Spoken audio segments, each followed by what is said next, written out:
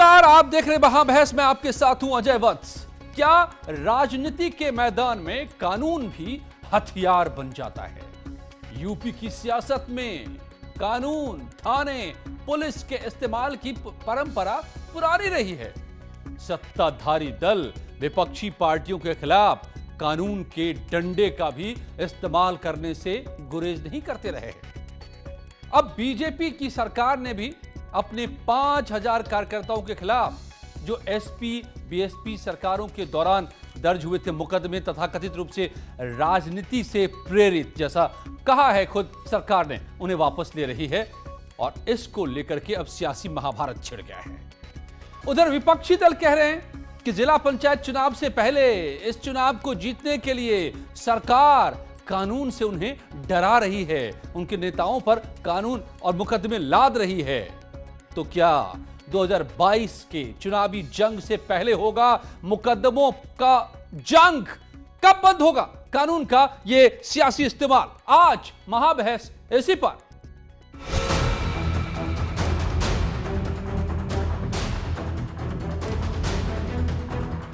Mission 2022 की तैयारी, BJP की केस वापसी।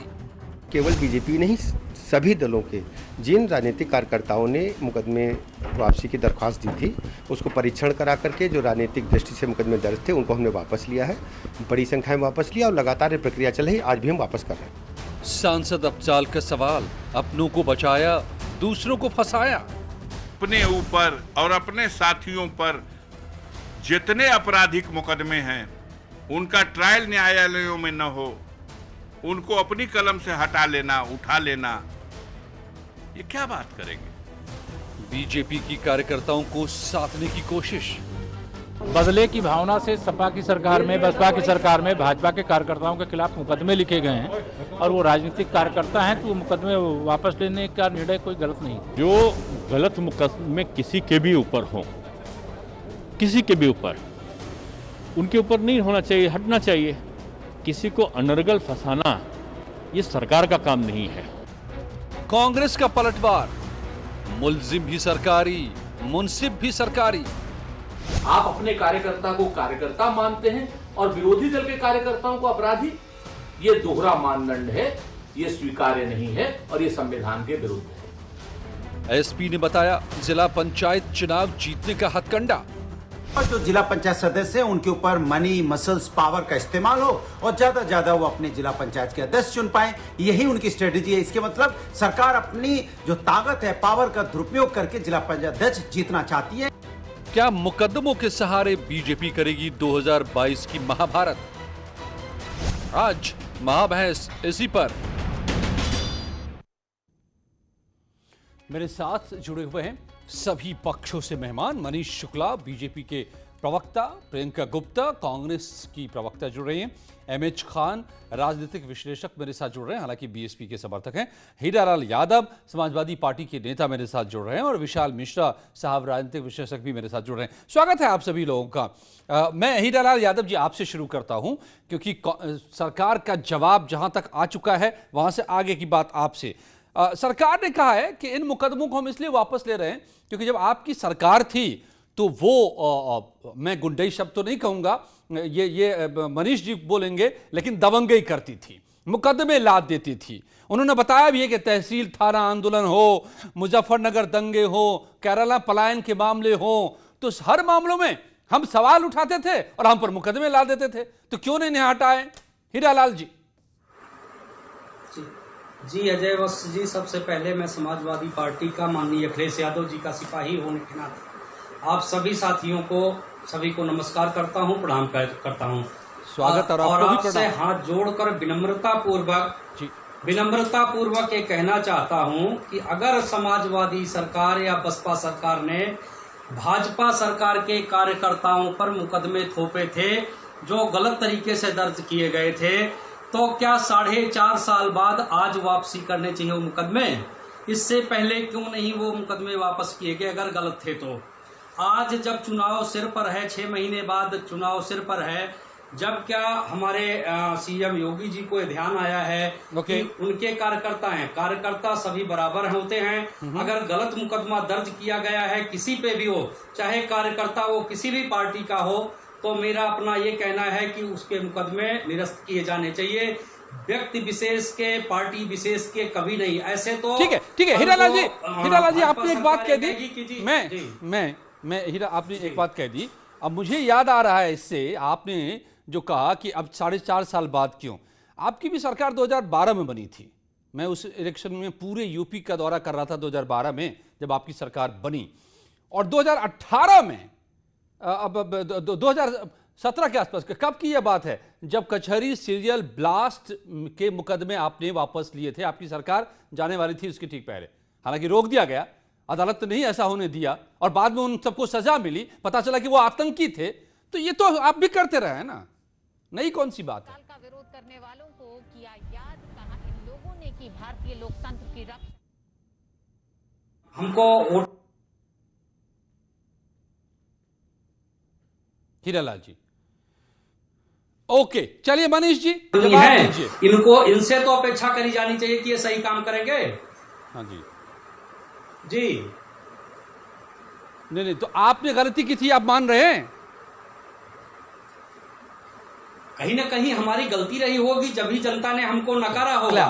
नहीं आपके लिए, आपकी साफगोई के लिए और सच्चाई की स्वीकारिता के लिए आपके लिए तालियां, क्योंकि आपने वो गलतियां की ऐतिहासिक कि आतंकियों के मुकदमे वापस लेने की कोशिश की थी, या आप मान रहे कम से कम। लेकिन मनीष शुक्ला जी, आप भी राजनीति ही कर रहे हैं, सियासी फायदे के लिए कर रहे हैं, कार्यकर्ताओं को खुश करने के लिए कर रहे हैं। चुनाव में काम आएंगे ये कार्यकर्ता?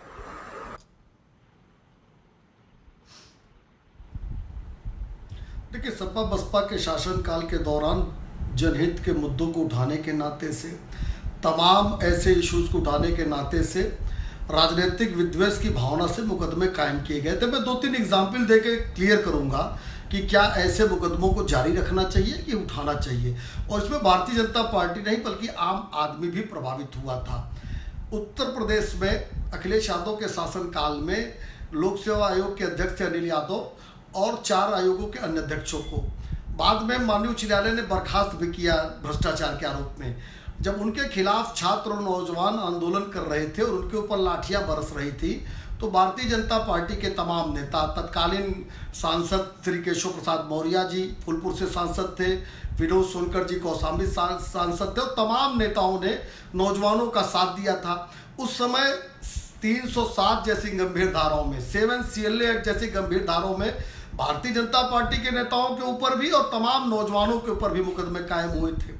इनके शासनकाल में दुर्गा पंडालों को जलाया जा रहा था, दंगे हो रहे थे, भारतीय जनता पार्टी के लोग सड़कों पर उतरे, दंगाइयों से बचाने के लिए लोगों को उतरे, तो उनके ऊपर मुकदमे कायम हो गए। मुजफ्फरनगर में सचिन और गौरव का कांड आपको याद होगा कि अपनी बहन की इज्जत को बचाने के लिए जब उन्होंने विरोध किया तो उनकी हत्या कर दी गई। वहां एक विभत्स दंगा हुआ, एक पक्ष के लोगों को जानबूझ के उसमें गिरफ्तार किया गया, उनके ऊपर मुकदमे लादे गए, जाति और धर्म के आधार पर मुकदमे लादे गए। वहीं जानसठ के मौलवी समेत, आजम खान समेत लोगों की क्या भूमिका है, विस्तार में जाने पे समय नहीं रहेगा। कांवड़ यात्राओं के समय में लोगों के ऊपर FIR दर्ज की गई, उनकी यात्राओं को रोका गया।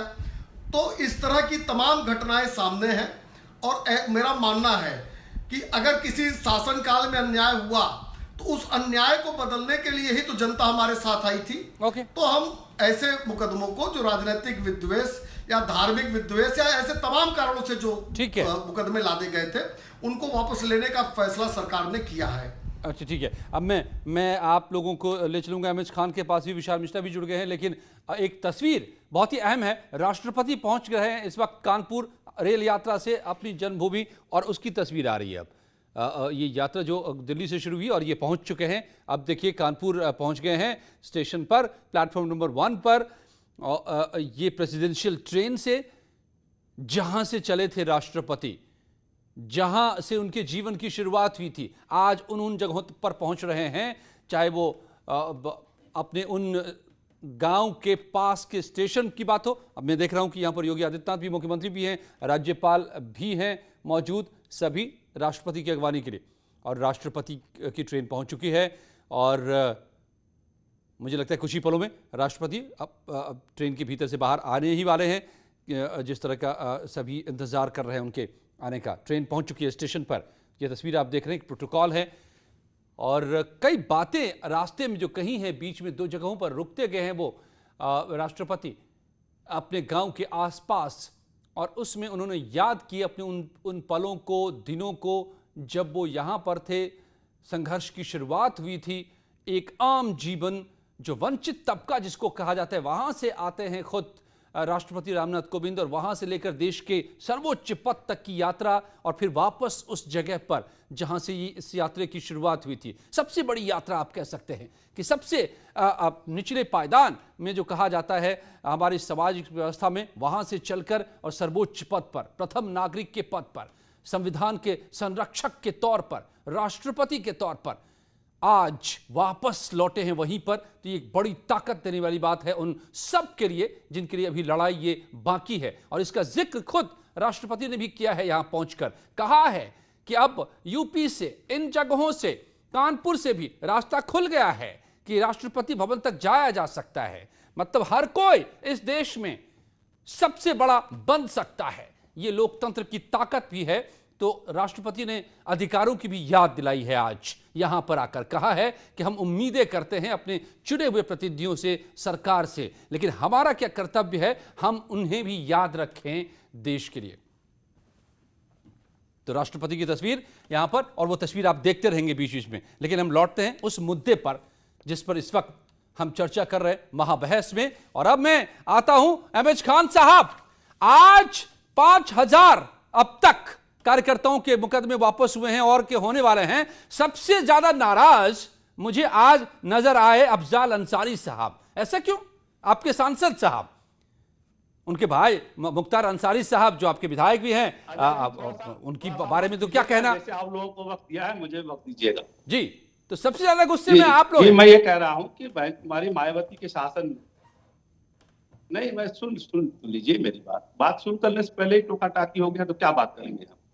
मैं कह रहा हूं कि मायावती जी के शासनकाल में कानून व्यवस्था की तारीफ पूरे हिंदुस्तान में हुई, और कानून व्यवस्था इस तरह से हुई कि आपको सिर्फ एक एग्जाम्पल दे के बताना चाहता हूं कि आजमगढ़ से सांसद थे यादव जी, रमाकांत यादव जी, और वहां किसी जमीन पर कब्जा करने की बात थी। शासन प्रशासन परेशान था कि ये सांसद सत्ता पक्ष का सांसद है, इसके खिलाफ कार्रवाई कैसी की जाए।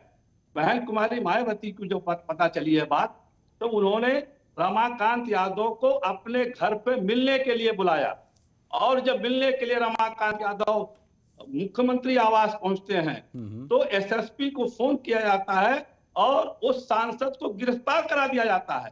कोई भी सरकार आज तक बता दे मुझे कि अपने ही सांसद को गिरफ्तार कराए। लेकिन खान साहब, सिर्फ एक बहुजन समाज पार्टी मायावती जी। लेकिन खान साहब माफ कीजिएगा, आपने कहा कि टोका टाकी नहीं करने, लेकिन मुझे करना पड़ रहा है, मैं मजबूर हूं, क्योंकि मुझे 2-3 नाम चेहरे मेरे सामने आ रहे हैं। आप बोलिए। अतीक अहमद साहब, हाँ कहाँ हैं अभी, पता है आपको?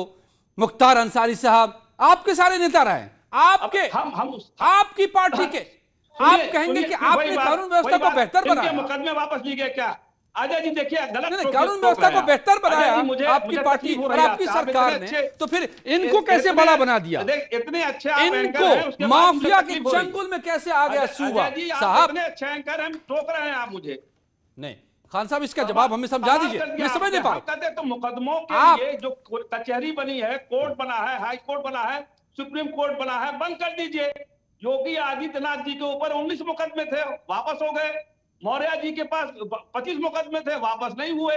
क्यों नहीं हुए? उन्हीं के तो उप मुख्यमंत्री हैं।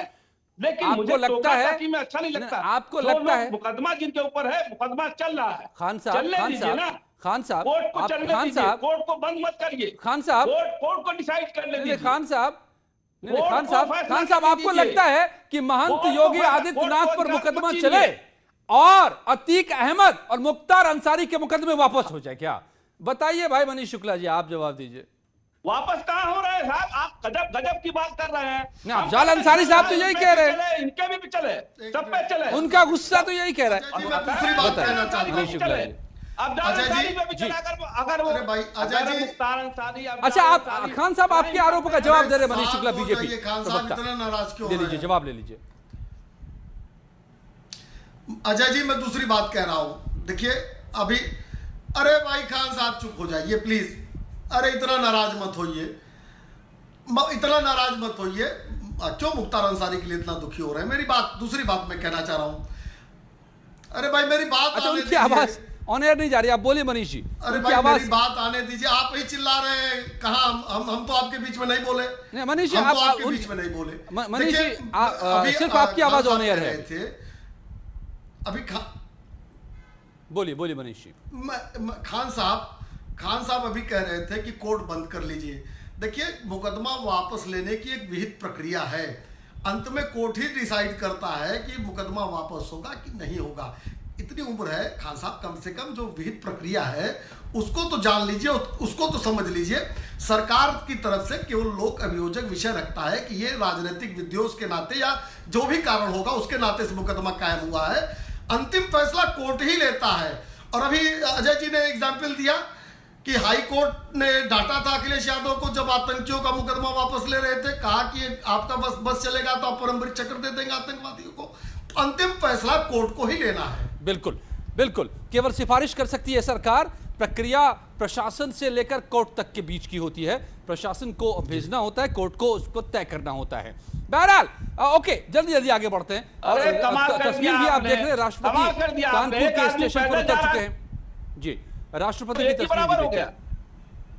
खान साहब में सब हो गया क्या नहीं, मैं सिर्फ इतनी गुजारिश कर रहा था खान साहब। नहीं, ये अजय जी, ये न्याय की बात नहीं है।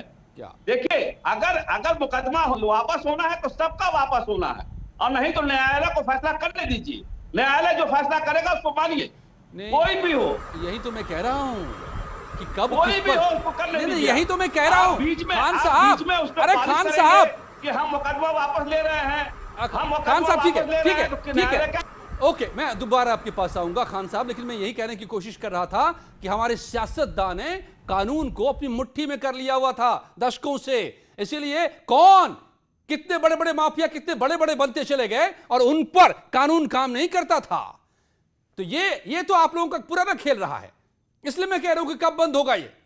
ओके, प्रियंका गुप्ता जी, 40वीं आज वर्षी है, इत्तेफाक की बात देखिए, आपातकाल की 40वीं वर्षी है आज। मैं बधाई तो नहीं दे सकता क्योंकि बधाई देने की चीज नहीं है, लेकिन पूरा देश ही, पूरा लोकतंत्र ही उस वक्त तो बंधक बन गया था। राजनीति की महिमा देखिए, सियासत की ताकत देखिए, कानून कैसे कैसे कब कब मुट्ठी में रही है।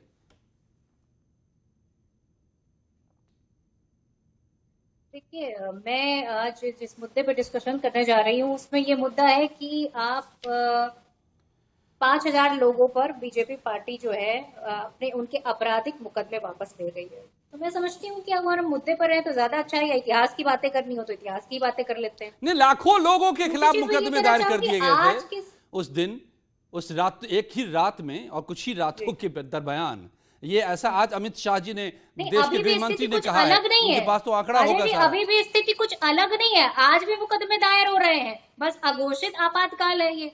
आज की स्थिति में क्या है, आप देखिए, कोई पत्रकार अगर मिड डे मील को जो है ये दिखाता है कि ये खाना अच्छा नहीं मिल रहा तो उसके खिलाफ केस कर दिया जाता है। अगर कोई हॉस्पिटल में ऑक्सीजन की कमी होती है, वो हॉस्पिटल कहता है मेरे पास ऑक्सीजन की कमी है, तो उसके खिलाफ केस हो जाता है।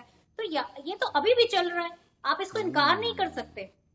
बस ये अघोषित आपातकाल जैसी स्थिति है। आप कभी भी देखिए, कोई विपक्ष का नेता बताइए भाई मनीष जी, या किसी पीड़ित व्यक्ति से मिलने जा रहा है तो 144 धारा लगा दी जाती है, कहा जाता है आपको इजाजत ही नहीं है उससे मिलने की। तो ये तो चलता ही रहता है, जिसकी लाठी होती है उसी की भैंस होती है। ये बात बीजेपी पार्टी पूरी तरीके से प्रूव कर चुकी है। बस कभी लाठी बड़ी हो सकती है पूरे देश, कभी थोड़ी छोटी हो सकती है। बताइए मनीष जी, जवाब दे दीजिए। तो मतलब आज से 46 साल पहले सुबह 6 बजे श्रीमती इंदिरा गांधी ने जो किया था, में आ जाइए, वो जरूर खराब रहा होगा, चूंकि कह रही है उससे खराब स्थिति है, मुकदमा हटाने जा रहे हैं, उससे खराब स्थिति है, मुकदमा किस खुशी में हटाने जा रहे हैं ये भी बता दीजिए जनता को। बिल्कुल 45 साल पहले चले, वहीं तो बैठ के डिस्कशन करते हैं। ने अपनी बहन की रक्षा के लिए अपनी जान दे दी।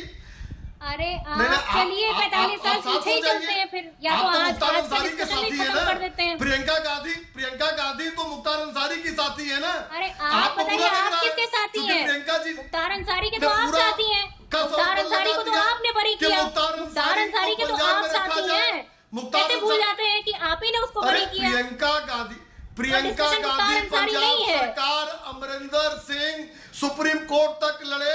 प्रियंका गांधी ने आंसू बहाए। जी अरे, कहाँ जा सोनिया रहे जी वाला हैं? भूल गई क्या? कहाँ जा रहे हैं सोनिया जी आप? जो आप आतंकवादियों अपनी के लिए पॉलिटिक्स बोलती भूल थी, जाते हैं। जब आजमगढ़ दिल्ली में से लेकर संजय उत्तर पुर के प्रदेश में आतंकवादियों हलचल के मची लिए- हुई है। और ये हमने नहीं मुख्यमंत्री का बताया। चेहरा कौन ये है? सलमान खुर्शीद ने बताया था। अरे आप भी कि तो देखिए, बटाला ये तो हाउस सबकी कांड पार्टी में है। में जो आप ये बताइए। बटाला हाउस कांड में जो आतंकवादी आप ही कह मारे लीजिए। गए, चलिए ठीक है, उसके आप पहले लिए कह लीजिए, अपनी बात मैडम खत्म कर सोनिया लीजिए, उसके सोनी बाद पाई मैं थी। बोलती हूँ।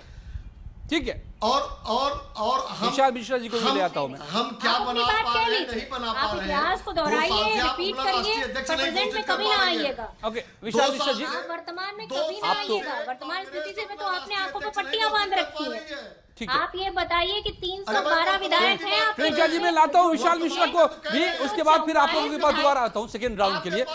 सेकेंड राउंड के लिए आता हूं मैं। एक बार विशाल मिश्रा जी को ला लें, पॉलिटिकल एनालिस्ट हमारे साथ हैं। हीरा लाल जी, उसके बाद आपकी फिर से बारी आएगी। विशाल मिश्रा जी पॉलिटिकल एनालिस्ट हैं, DU में पॉलिटिकल साइंस के प्रोफेसर हैं। विशाल मिश्रा जी, क्या वाकई ये बड़ी त्रासदी है कि कानून, अपने सियासत के मैदान में कानून कठपुतली बनकर रह जाता है? चाहे वो देश में इमरजेंसी लगाना हो तो कानून बंधक बन जाता है, बाहुबलियों को आगे बढ़ाना हो, माफियाओं को का कल्चर लाना हो तो भी कानून बंधक बन जाता है, कार्यकर्ताओं को दबाना हो तो भी कानून का इस्तेमाल हो जाता है। देखिए अजय जी, कानून बंधक नहीं बनता। आज के दिन इमरजेंसी इम्पोज हुई थी, अभी आपने बताया, तो हमें यो याद करना होगा कि डॉक्टर भीमराव अंबेडकर जी ने कॉन्स्टिट्यूएंट असेंबली के अंतिम दिन क्या कहा था कि संविधान या कानून कितना भी अच्छा क्यों ना हो, यह इस बात पर निर्भर करता है कि उसको लागू करने वाले लोग कैसे। कानून वही होता है, विधान वही होता है, संविधान हमारा वही है। देखिए अभी कांग्रेस के प्रवक्ता ने कितने गर्व से कहा कि जिसकी लाठी होती है उसकी भैंस होती है, जो ऑलरेडी चीज़ें प्रूव कर चुके हैं, जिन्होंने at the stroke of pain in a single second Bharat के पूरी लोकतांत्रिक संस्थाओं को पल भर में खत्म कर दिया, आवाज़ को बंद कर दिया, पत्रकारों को बंद कर दिया, राष्ट्रीय स्वयंसेवकों को जेल में डाल दिया। क्यों? किस बात के लिए? केवल महज अपने ईगो की पूर्ति के लिए, जो कि हमारे भारतीय लोकतंत्र के लिए एक काला अध्याय है। वो भारत जिसने लोकतंत्र को जन्म दिया, वैदिक पीरियड जहाँ सभा और समिति हुआ करती थी, जिसने दुनिया को लोकतंत्र का पाठ पढ़ाया। जो लोग नहीं जानते हैं मैं उनको बता दूं कि भारत में लोकतंत्र प्राचीन काल में वैदिक पीरियड में ऋग्वेद में सभा समिति गण विदत के नाम से मिलता है। रही बात, सपा के प्रवक्ता कह रहे थे कि बड़ा गलत हो रहा है, और जो है और कोई खान साहब बोल रहे थे कि ऐसा क्यों है। अरे भाई साहब, सपा का कार्यकाल तो देखिए जरा अजय जी, किस प्रकार से माफियाओं को तुष्टीकरण की राजनीति के लिए उनको पाला, पुष्पित, पल्लवित किया। आपको याद होगा वो 2007 की घटना, जब कचहरी समेत पूरे प्रदेश में सीरियल ब्लास्ट हुए थे। जांच एजेंसियों ने कितनी मेहनत से जो है जाके उन आतंकियों को गिरफ्तार किया था, और किस प्रकार से छोड़ने की बात हुई। तो देखिए, एक होता है कि अपराधी को छोड़ने की बात, और एक होता है कि जिसको जानबूझकर विद्वेष पूर्वक अपने निजी स्वार्थों की पूर्ति के लिए कटघरे में डाला गया हो। दोनों में अंतर होता है। और अंततोगत्वा अजय जी, आप भी जानते हैं कि न्यायालय ही परमिशन देगी, तो जब राज्य उसकी तरफ से पैरवी नहीं करेगा तब तो यह चीज तो सामने रखी जाएगी ना कि किन आधारों पर आपने इनको अंदर किया था। क्या वो कचहरी के ब्लास्ट की तरह आतंकी हैं? क्या उनके साथ तारिक काजमी और मोहम्मद अख्तर जिनको गिरफ्तार किया गया था वो लोग हैं? और रही बात बसपा की, तो मुख्तार अंसारी को कौन नहीं जानता किस प्रकार से यहाँ से लेके पंजाब तक छिपे घूम रहे थे। और आज जब आतंकियों के बुलडोजर और वो घर गिराए जा रहे हैं, जब गिराए जा रहे हैं, शामिल किया जा रहा है, ये भी बता दीजिए। ओके, जल्दी जल्दी एक सेकेंड राउंड ले लेते हूं। मैं हीरा लाल जी बहुत देर से कुछ कहना चाह रहे हैं। हीरा लाल जी, तो विशाल जी ने दो टूक कर दिया कि आपने माफियाओं को अजय जी आजाद रखा, इन्होंने कार्यकर्ताओं को आजाद किया। नहीं साहब, बराबर। अजय जी, माननीय विश्लेषक जी से कहिए शांत रहे। 2 मिनट का मेरा सवाल है।